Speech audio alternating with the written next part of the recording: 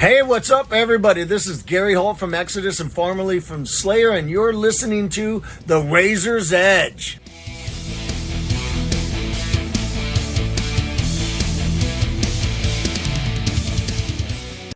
Welcome back to The Razor's Edge. I am joined by Jason from the Skull Crushing Ingested. Thanks so much for joining me today, man. How are you doing this evening? It's nice to be here. Thanks for having me. I'm doing great, mate. I'm doing great. I'm buzzing, man. To be honest, I'm just excited for people to finally hear this album. I'm excited to get back out on the road and get around to smashing people's fucking heads in on stages all around Europe and the UK. Absolutely, absolutely. We were just talking before I hit record that you've been very busy talking to a lot of people about this album. I bet you're Yeah, excited to finally get it out there. yeah, yeah. I've the press schedule that we've been on the past 2 and a bit weeks is has been crazy. I mean, like I said to you before, like I've done interviews before, but not to this extent. Like this is completely alien to me. But like I'm excited for it though, because it means that people are interested. People want to know what's going on with the new album. People want to know what's going on with the tour that's coming up. So, I'm just excited. It's a nice feeling that people like are interested. People give a shit. Do you know what I mean? That's always a Yeah. good feeling. Yeah, absolutely. So, of course, the new album is called The Tide of Death and Fractured Dreams. I've heard it already. Congratulations with it, dude. It sounds absolutely massive. Thank you. Thank No you. I'm worries. glad you enjoyed it. It's so good. But one only has to like glance at your back catalogue to see that you guys have been so consistent with releasing new music. I mean, I think from the album The Level Above Human back in 2018, it's been pretty consistent. Like every Yeah. couple of years, you've dropped an album, 2020, 2022, and now 2024.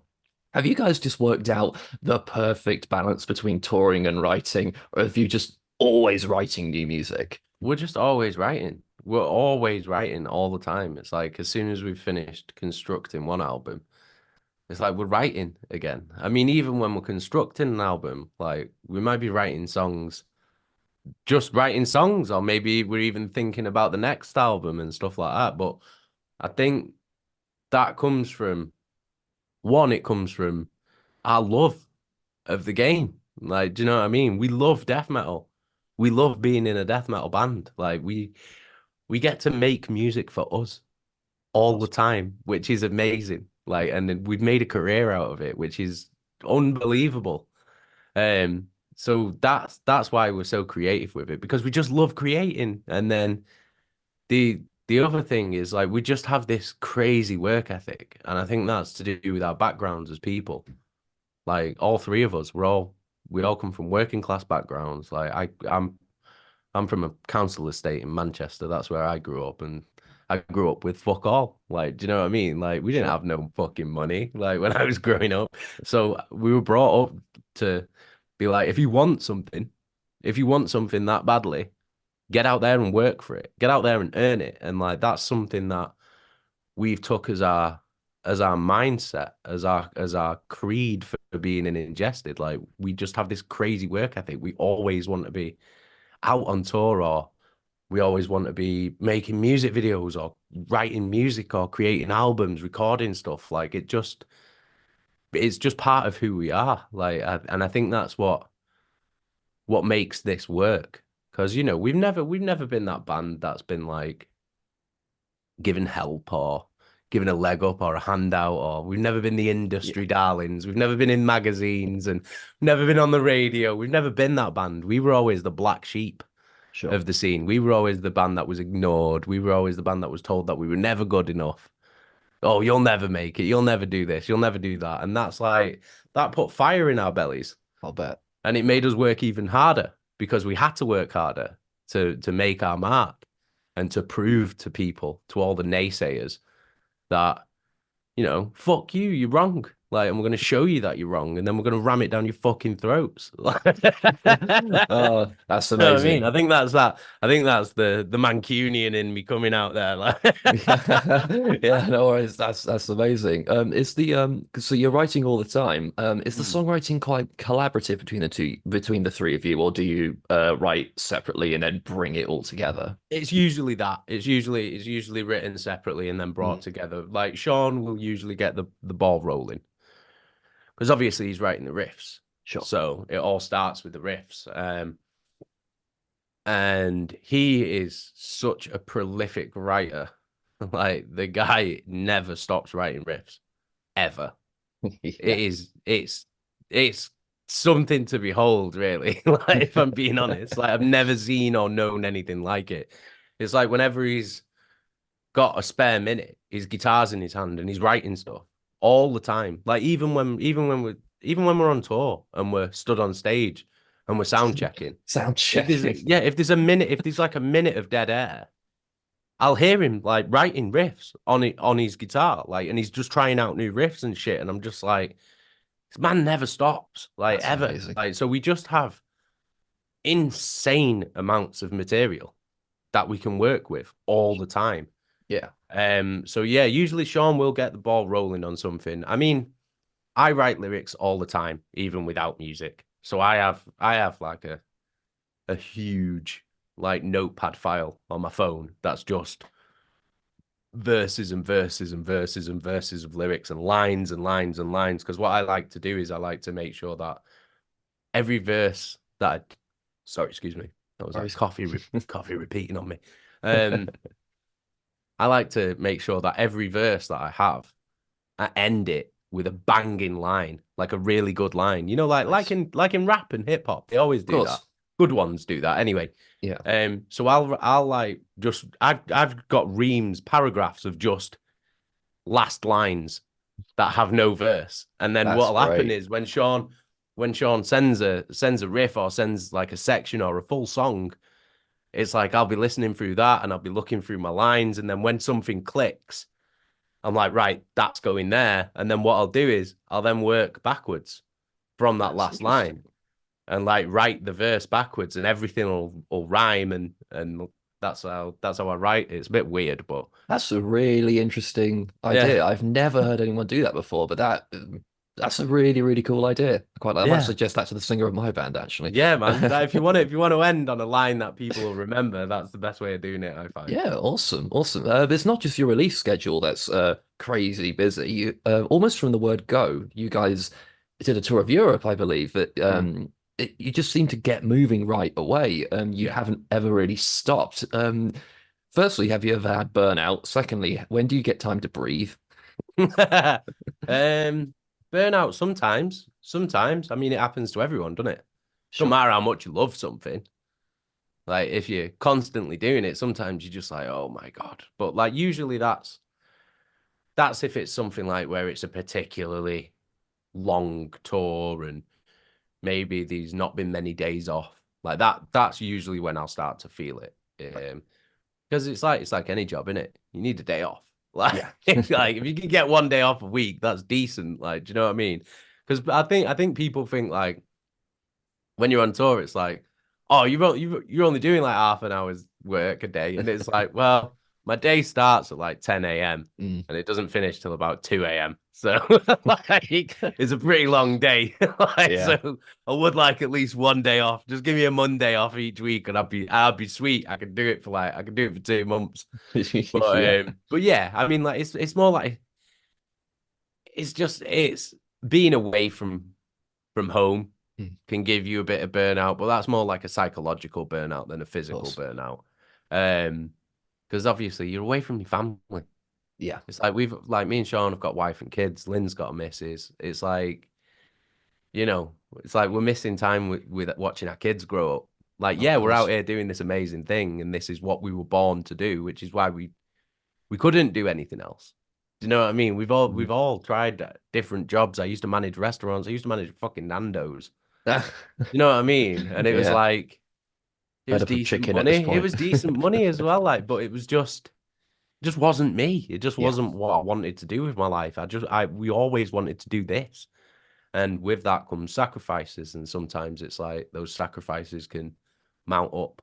Do you know what I mean? And then that can result in like, you do feel homesick, you do feel burnt out, you miss your family. But yeah, I mean, like you said, we don't stop. But that's that work ethic in us though. Yeah. Like I said before, it's the love of the game, it's the work ethic. Like we always want to be working harder than anybody else. Of course. That's our aim, is to like whatever tour we're on, whatever room we're in, when we're in the room with other bands, we want to set the bar. Do you know what I mean? For work for working. Absolutely. And yeah, I think that's why we just don't stop. And yeah, I think, yeah, fucking hell. So this time now, between our last tour, which was the Lorna Shore tour, that ended in December.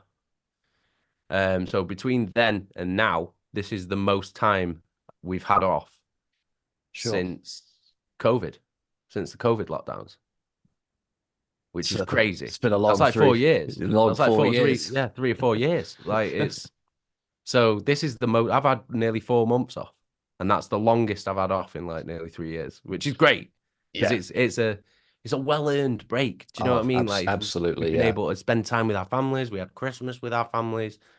You know, like I've been home for birthdays as well. I've been home for my children's birthdays. Oh, that's amazing. The first time in like 3 years. Every other year I've been away, which is fucking great. That's a great feeling. Do you know what I mean? Hey, I'll bet. Yeah, well, no one can deny that you've definitely earned that for sure. It's been nice. It's been nice to be home, but I am looking forward to going on tour. Do you know what I mean? Yeah, now absolutely. Now it feels like I've not been on tour for ages. Do you know what I mean? Because we don't usually have this much time off. But you're getting the itch. Yeah, we definitely needed it though. Definitely. Yeah, I'll bet. So I've seen you guys live once before. It was a Bloodstock festival. God knows how many years back. 2016, I want to say 17 maybe. But my God, that crowd. I mean, what's it like when you see that carnage happening right in front of you, especially with the kind of music you guys do? It's an amazing feeling. It's a great feeling because I like playing live is my favorite part of being in a band. Like that is a rush that I can't explain, and it's a rush that it's like an adrenaline rush that I can't get from anything else. Do you know what I mean? Yeah. So the fact that it's the thought of seeing a crowd going ape shit and hanging off every word you're saying and screaming the lines that you wrote back to you because of something that you've created is such an amazing feeling. Because like I said, we just create music for ourselves. Yeah. We don't give a shit what other people think. Like, do you know what I mean? Like that's not why we do it.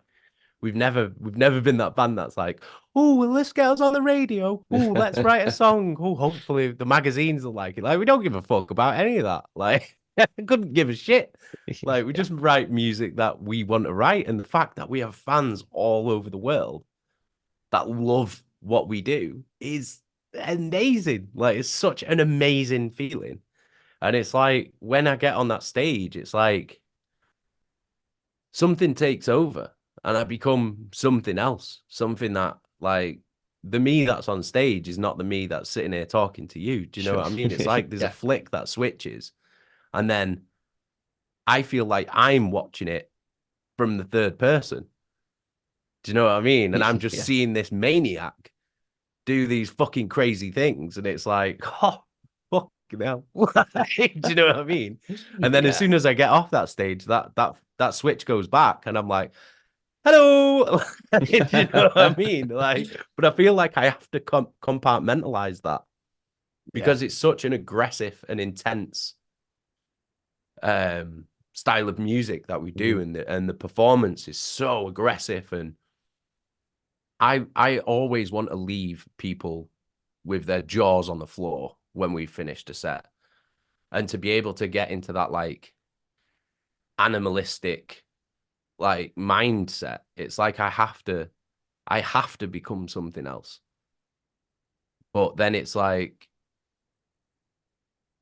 being able to channel all that aggression and all those negative feelings and all that, like anger and rage, like into something creative and something positive. I think it balances me out as a person, being able to separate those two personalities. So it's like when I'm not on stage, it's like I'm so much like I'm such a happy person and I'm so chilled out. And but then when I get on stage, I let all of it loose. It's like opening Pandora's box. Do you know what I mean? Yeah, absolutely. Yeah, for sure. Speaking of getting people's jaws on the floor, though, your last album, Ashes Lie Still, was really well received, like across the board. I think Metal Injection called it the best thing you've ever done. Yeah. Distorted Sound magazine called it a vicious statement of intent. Um, as awesome as I'm sure that is to hear, does that put pressure on you guys for what you then do next, or do you not care? You just want to do what you want to do? I don't care. I don't care at That's all. amazing. That's amazing. I don't give a shit. Like, I mean, it's nice. Yeah. You know what I mean? It's always nice to hear, but like I said, we make music for us. We're always a band that has always done things on our own terms. Like we do what we want to do, when we want to do it, and how we want to do it. And I think the fact that we don't give a shit about what other people think. We've never tried to pander to anyone. We've never tried to appease anyone. You know, it's like I said, we've never been like, ooh, oh, I hope the fans like it. It's like, I don't give a shit. I like it. I like it. That's it. That's all that matters. Like, if other people like it, that's fucking amazing. That's great. And we'll build our career on that. But I think the moment that we start worrying about what other people think is the moment that we stop being real and we stop being who we are. Do you know what I mean? I'm not here to conform to what everybody thinks death metal should be. I'm not here to, you know, walk in other people's shoes and follow people's footsteps. And I'm not here for any of that. I'm here to stand out from the crowd. I don't want to be standing shoulder to shoulder. I want to stand head and shoulders above. I want to rattle some fucking cages. Absolutely. And make some fucking music that's going to kick everybody's fucking asses. Like that. That's it. That's all I give a shit about is making the best death metal. Absolutely. That is it. There is no pressure. The only pressure that we have is the pressure that we put on ourselves. Do you know what I mean? Like pressure that, and that's not to like, oh, we've got to top this album. It's not that kind of pressure, because it's internal pressure on yourself. Like it's being self-critical, being overly critical of yourself as a performer. Do you know what I mean? Yeah. It's like being like, oh shit, I could have done that better. I could have done this better. I could have. Do you know what I mean? It's that kind of shit. Yep. Those kind of worries that you put on yourself, not what other people think. I mean, that's like fucking water off a duck's back, isn't it? Like, yeah, I can't give a fuck what anyone thinks. I mean, yeah, I think that's absolutely the right way to look at it. But let's talk about your new album, The Tide of Death and Fractured Dreams, which is an awesome title, by the way. Thank you. I believe you guys mentioned before that the mood on Ashes, for example, very much reflected the general mood that existed around COVID, because I think the album was being constructed around that time. Was there a mood in mind for this album as well?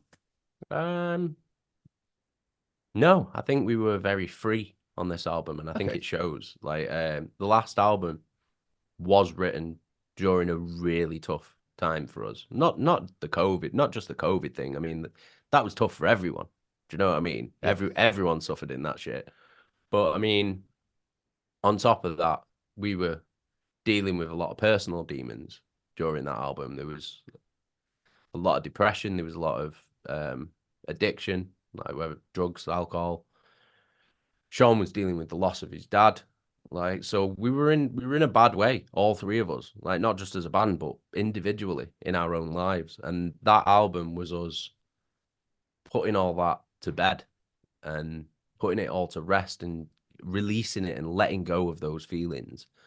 Whereas now, we're on the other side of that. We've come out of that stronger, like bigger, better, happy as well. Sure. Do you know what I mean? And now it's like we just wrote an album that we just wanted to hear. There was no purpose behind it. It was just, let's write a fucking death metal album.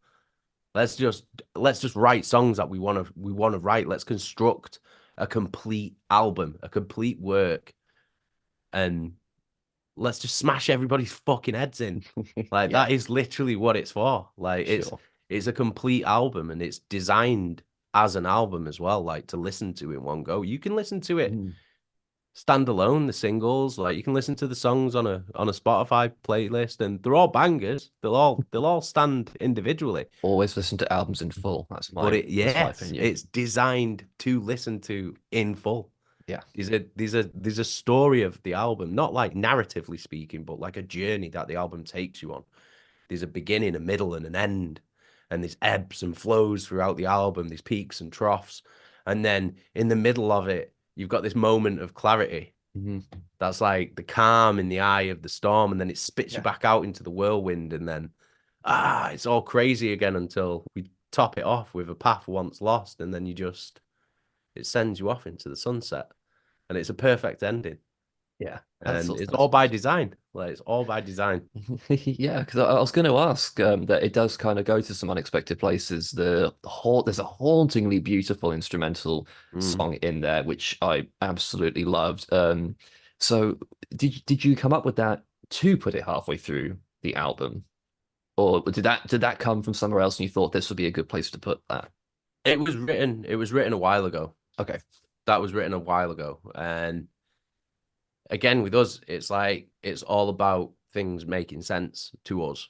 And when we were constructing the album, we wanted, like I said, a moment of clarity, a moment of respite, like in the center of the album. And we were like, let's try numinous, see how that feels in the album. And it just worked. It just worked. Like it was perfect. And it's a fucking beautiful instrumental. Like It really is. it's like it's so well placed because you've got this frenzy of an album that's been pummeling you for like 20 minutes. And then you just, like I said, you just get this moment that's just like, oh my God, like what's just happened? Like, and then you have this moment of respite, and then, like I said, it just spits you back out into the storm, and then you just get smashed again, like waves against the fucking cliffs, and until we top it off at the end with a path once lost. Yeah, but I don't want people at home to think that this album doesn't pull any punches. It's still the heaviest fucking thing you're going to hear this year. Yeah, it's I like mean, true to you guys. I mean, it's fucking brutal. fucking mental. I had to put a cold towel on my head after I heard it the first Yeah, time. In a good fucking way. bet. In a good way. Oh God. But I have to gush over the artwork. It looks incredible. But to be fair, you guys have had amazing artwork for all your releases. Who does your artwork? For the last two releases, for Ashes Lie Still and the new one, Tide of Death and Fractured Dreams, we've been working with an artist called David Seidman. David Seidman is known for, he creates bespoke, custom, like 80s and horror movie posters. Right. That are all by commission. And our guitarist Sean is a big 80s and horror movie like memorabilia collector. So There's if you always go one to his in every house, metal it's like, band. dude, if you go to his house, it's like a fucking museum. It's insane. Like it's insane. They're all in glass cabinets, like fucking, they're all lit up and everything. It's fucking mental. And Brilliant. it's like going to a fucking convention. Like it's mad. It's cool as fuck, like, but it's mental. And he buys these commissioned posters from David Seidman. And a couple of years ago, we were on tour. Can't remember where. And Sean was showing me and Lynn on his phone. He's like, "Oh, look at these posters that I've ordered." Like, and we're looking at. I can't remember what it was for. And we're looking at them and we're like, "Fucking hell!" Like, are these like? We were like, "Who's the artist?" And he's like, "Oh, it's this guy called David Seidman. He like paints them all and all this." And we were just like, "Oh my God!" Because what struck us was not just the skill and the talent that goes into the actual artwork, but the vision, like the uniqueness of how he sees the art. Like it's so surreal and so like unique. And we were just like, has he ever worked with, like, me and Lynn were thinking the same thing, like straight away. We were just like, has he ever worked with any bands? And Sean was like, no, don't think so. And Lynn was like, message him. Like, message him. Like, seriously, like, message him. Like, we'd love to work with him. And so Sean messaged him, said, like, you know, we're a band, blah, blah, blah, introduced us and that, and said, like, we're looking for someone to create album art for us. Like, would you be interested in working with us? And David was like, absolutely, I'd love to. So we started working with David from Ashes Lie Still to now. And we approached it with David very differently to what we'd done with all previous album arts and artists that we'd work with. Like, we usually have a very clear concept and a very clear idea and know exactly what we want, and we'd sketch it out and put notes and annotations and, you know, all that. But with David, because we wanted to work with him because of how unique he was and because of his, especially his vision, which is something that only he has, we thought, why would we interfere with that? Like, if we were to interfere with that and start saying, oh, this is what we want, this is what we want, then why are we working with him? So what we did was we just gave him the title of the album. We've done it exactly the same way with Ashes and with Tide of Death. And we gave him the title, we gave him the music and the lyrics, and just said, what do you think this album looks like? And then he did Ashes Lie Still, and we were like blown away because it was such a unique album cover. But when it came to Tide of Death, oh my God. When he sent us that artwork, we were just like gobsmacked. Like, because to me, like, again, it's like I'm coming from a place of bias, but I genuinely think it's one of the best album covers I've ever seen. It's good. It's amazing. Really like, good. it's such, and I think it perfectly represents this album, like, visually. Like, it's brutal and it's decayed, but it's like got a surreal beauty to it. Yeah. And it's like all of those things is exactly what this album is. Like, and I think the whole package, that the artwork just capped it off perfectly. Absolutely. And Brilliant. yeah, I love working with David, and the fact that he hasn't worked with any other bands as well, like, makes him even more unique. Because, you know, nowadays it's like all these bands, especially in our scene, they all work with the same artists. Mm-hmm. And you see it over and over again, and there'll be like 10 albums that come out in the space of a year, and they're all in the same type of music, and they've all been using the same artists, and all the albums look the same. And it's like I said before, I don't want to stand shoulder to shoulder with people. I want to stand head and shoulders above people. Absolutely. In this scene. Do you know what I mean? We want to leave a mark, and you only leave a mark by being unique and doing things that people haven't, rattling the cages. Do you know what I mean? Rocking the boat.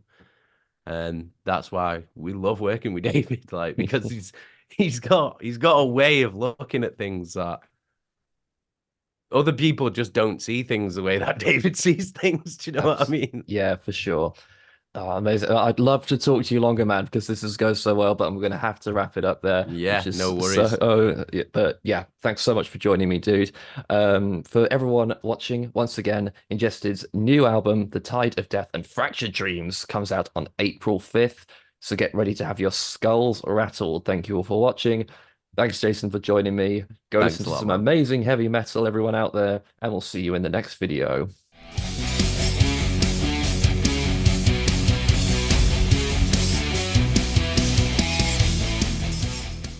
Thanks for listening. Make sure you keep up to date with all of our interviews by subscribing to our channel. For all the latest news, reviews, interviews, and more, head over to our website, www.therazorsedge.rocks.